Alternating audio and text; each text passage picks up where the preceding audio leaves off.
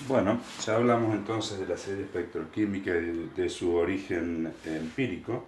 Vamos a ver ahora, en base a los resultados que han sido obtenidos para el delta O y la energía de apareamiento, cómo dependen ambos con distintos factores. Por ejemplo, cuando se pasa de la serie 3D a la serie 4D y a la serie 5D, ¿sí?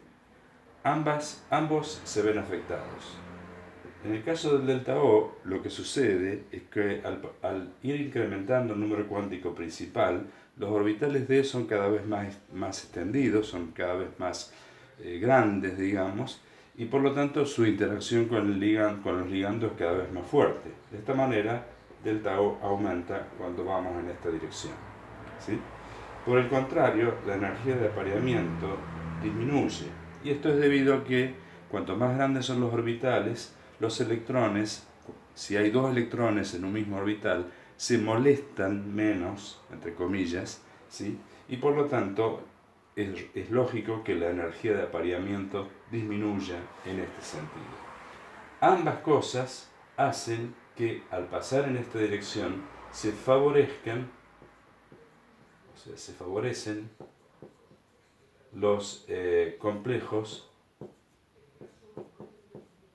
de bajo spin. ¿Por qué es esto? Bueno, supongamos un complejo octaédrico, ¿sí? Que tenemos que poner cuatro electrones, ¿sí? Entonces ponemos los tres primeros. Cuando vamos a poner el tercero, ¿sí? Tenemos dos opciones. Remontamos el delta O y por lo tanto formamos un complejo de alto spin, o apareamos este electrón. Y eso se veía en función de lo siguiente. Es decir, el complejo de bajo spin, lo voy a directamente escribir, se favorece, ¿sí?, cuando P es menor que delta O. Por lo tanto, si al pasar en esta dirección así, de 3D a 4D a 5D, P es cada vez más chico y delta O es cada vez más grande, estamos favoreciendo los complejos de bajo spin. De hecho, para estos dos, todos los complejos son de bajo spin, ¿sí? En el cambio, en el caso de los iones 3D, depende del ligando, ¿sí? Depende del ligando. Muy bien, esto es una conclusión muy importante, ¿sí? Eh, ¿Qué pasa con delta cuando aumenta la carga del ion central? Por ejemplo, bueno, ustedes saben que los iones de los metales de transición presentan múltiples estados de oxidación. Hay algunos casos que son paradigmáticos, como por ejemplo el vanadio. El vanadio puede existir en estado de oxidación más 2, más 3, más 4, más 5, ¿sí? También podemos poner de ejemplo al cromo, al manganeso, en fin, la mayoría de los elementos de transición presentan varios estados de oxidación. Entonces, ¿qué pasa con delta y con P cuando la carga del ion incrementa? Bueno, sabemos de química general que cuando la carga del ion incrementa, su radio disminuye. Si el radio disminuye, los complejos que van a formar van a tener sus ligandos cada vez más cerca, ¿sí?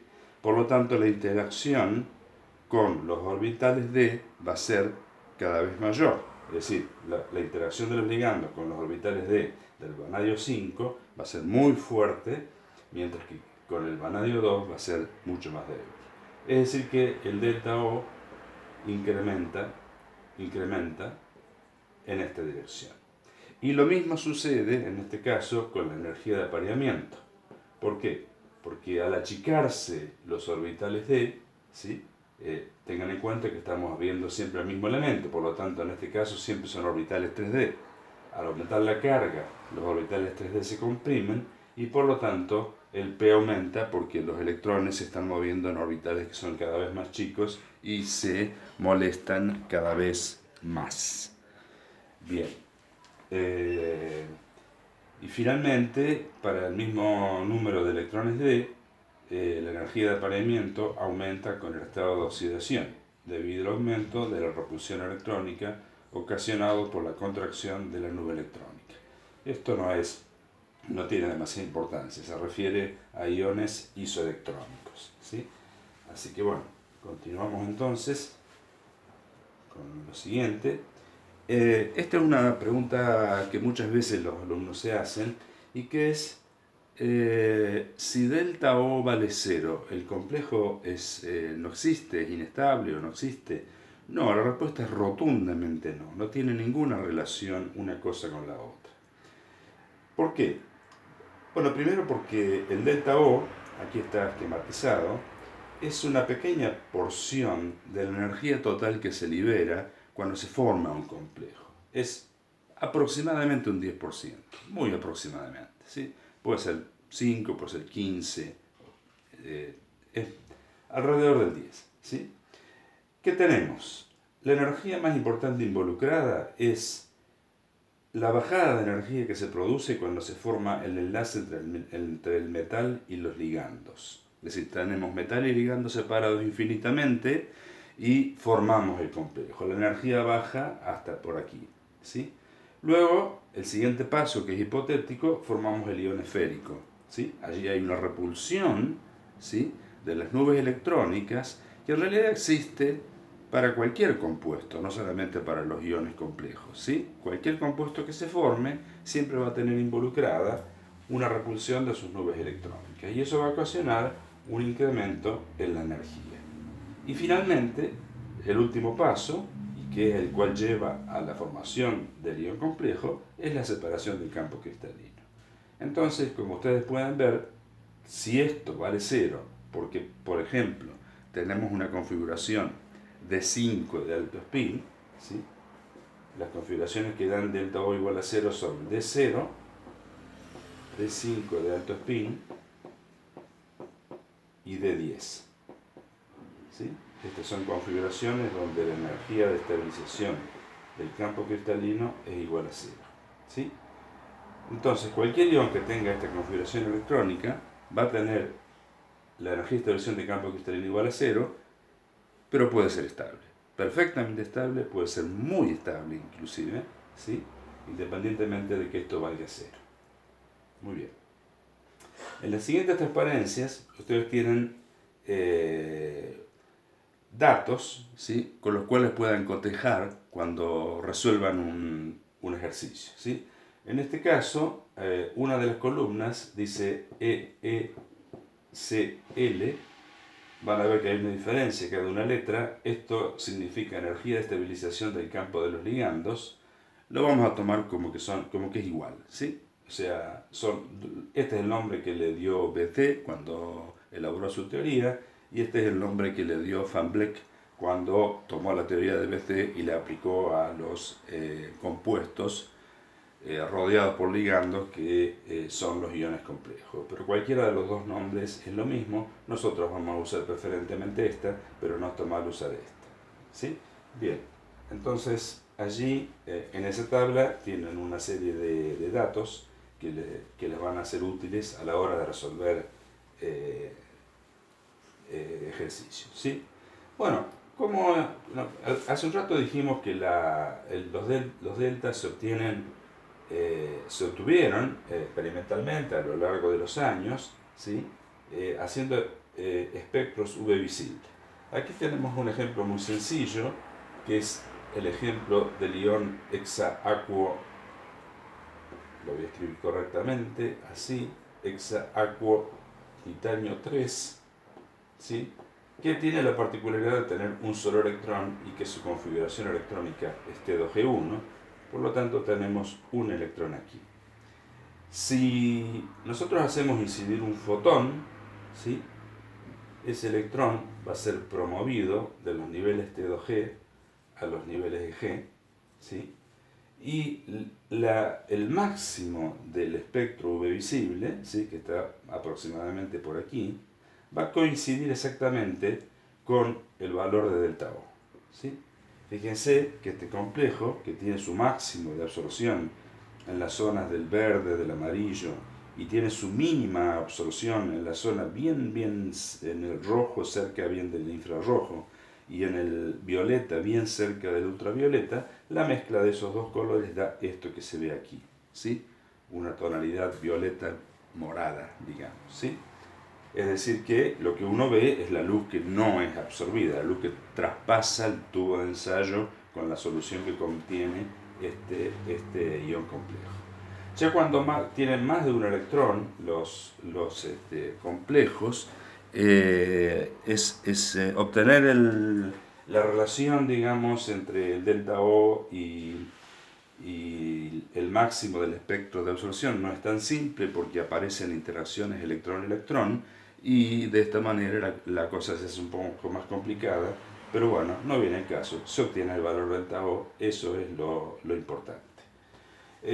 Una cosa importante, cuando al principio nombramos a la teoría desarrollada por BC, dijimos que él había conseguido explicar el color, que lo acabamos de ver, y las propiedades magnéticas de en el caso de él, de los sólidos cristalinos, ¿sí? Bueno, nosotros nos va a pasar lo mismo, vamos a tener la posibilidad de explicar las propiedades magnéticas de las moléculas de compuestos de coordinación. Simplemente vamos a tomar la ecuación que permite calcular el momento magnético efectivo, se llama, ¿sí?, de un ion, ¿sí?, y esto es igual a 2 por la raíz cuadrada de S por S más 1, ¿sí?, donde S es igual a la sumatoria de los S sub I, o sea, sobre todo los I de los sub I, es la sumatoria de los espines, ¿sí? Ejemplo, si tenemos este compuesto, el hexaacuo cromo 3, con 6 moléculas de agua y un estado de oxidación de 3 más, la configuración electrónica es T2G3, ¿sí?, y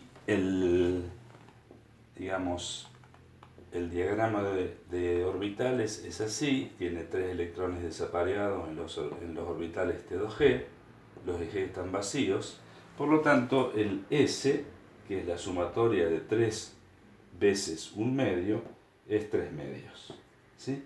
Si reemplazamos 3 medios aquí, nos da que el momento magnético efectivo es, para este caso, 3,87 magnetones de Bohr. Esa es la unidad que se utiliza en magnetismo, ¿sí? Un magnetón de Bohr es el momento magnético de un electrón, ¿sí? Bien, entonces no tiene sentido seguir haciendo esto para otros iones, esto es muy sencillo, ¿sí? Si ustedes, aquí tienen otro ejemplo, pero si ustedes van a la siguiente transparencia, van a ver que hay distintos iones, está el momento efectivo calculado y está el rango de valores experimentales que se obtienen para los distintos iones. Van a ver que en algunos casos, ¿sí?, los valores de momento magnético efectivo experimentales, o sea, obtenidos experimentalmente, pueden ser mayores que los calculados teóricamente. Lo que hay que tener en cuenta es que nosotros estamos teniendo en cuenta solamente el momento magnético S, que es del spin.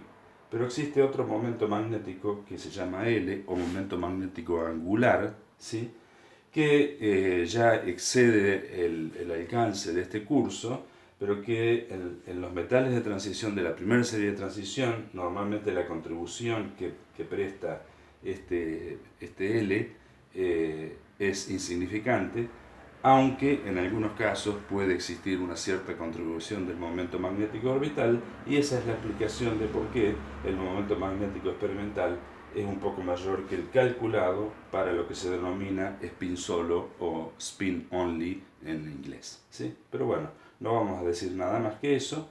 Es una manera, la medida de las propiedades magnéticas es una manera de obtener mucha información para los iones complejos. Vamos a dejar aquí momentáneamente